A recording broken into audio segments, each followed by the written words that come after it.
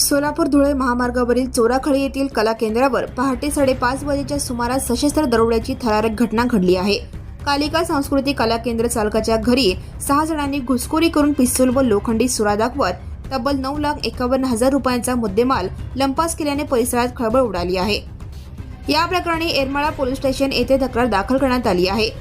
चोराखळी येथील रहिवासी आणि कालिका सांस्कृतिक लोकनाट्य कला केंद्राच्या संचालिका निर्मला मोहन जाधव या चोराखळी येथे धाराशिव साखर कारखान्याजवळ राष्ट्रीय महामार्ग क्रमांक 52 लगत असलेल्या त्यांच्या कला केंद्राच्या दुसऱ्या मजल्यावर कुटुंबासह वास्तव्यास आहेत।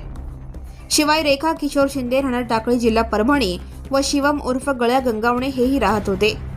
निर्मला जाधव यांनी एरमाळा पोलिसांना दिलेल्या तक्रारीनुसार मागील काही महिन्यांपासून तेरखेडा येथील सचिन उर्फ प्रशांत बापू पवार आणि महादेव विठ्ठल घुले यांचा कला केंद्रावर ये-जा करत होता।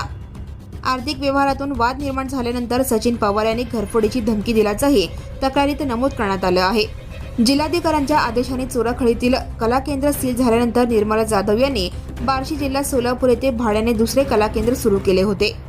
रविवारी दिनांक 2 रोजी पहाटे नेहमीप्रमाणे बार्शी येथील कला केंद्र बंद करून पहाटे 3:30च्या सुमारास निर्मला जाधव, रेखा शिंदे, शिवम उर्फ गळ्या आणि चालक शशिकांत मुंडे हे इनोवा गाडीने चोराखळी येथे परतत असताना एका 4-चाकी वाहनाने पाठलाग केल्याचं त्यांना जाणवले। पहाटे 5:30च्या सुमारास घराचे दार उघडे असतानाच तोंडाला अर्धवट कापड बांधलेले 6 इसम घरात शिरले। त्यापैकी दोघांनी शिवम गंगावणे याला जमिनीवर दाबून धरले, एकाने निर्मला जाधव यांच्या डोक्याला पिस्तूल लावले तर दुसऱ्याने रेखा शिंदे यांच्या गळ्याला लोखंडी सुरा लावला। आरडाओरडा केल्याने आरोपींनी तिघांच्या डोळ्यात चटणी टाकून जीवे मारण्याची धमकी दिली। यानंतर आरोपींनी निर्मला जाधव, रेखा शिंदे यांच्या अंगावरील सुमारे 121.600 ग्रॅम वजनाचे अंदाजे 6 लाख रुपये किमतीचे सोन्याचे दागिने, 4 मोबाईल फोन किमती सुमारे 3,49,000 रुपये तसेच सीसीटीव्ही DVR असा एकूण 9,51,000 रुपयांचा मुद्देमाल चोरून नेला। दरोड्यावेळी समोर उभा असलेला एक आरोपी सचिन उर्फ प्रशांत पवार असल्याचे ओळखूनही जीवाला धोका असल्याने त्याने तात्काळ ओळख उघड केली नाही, असं तक्रारीत नमूद आहे।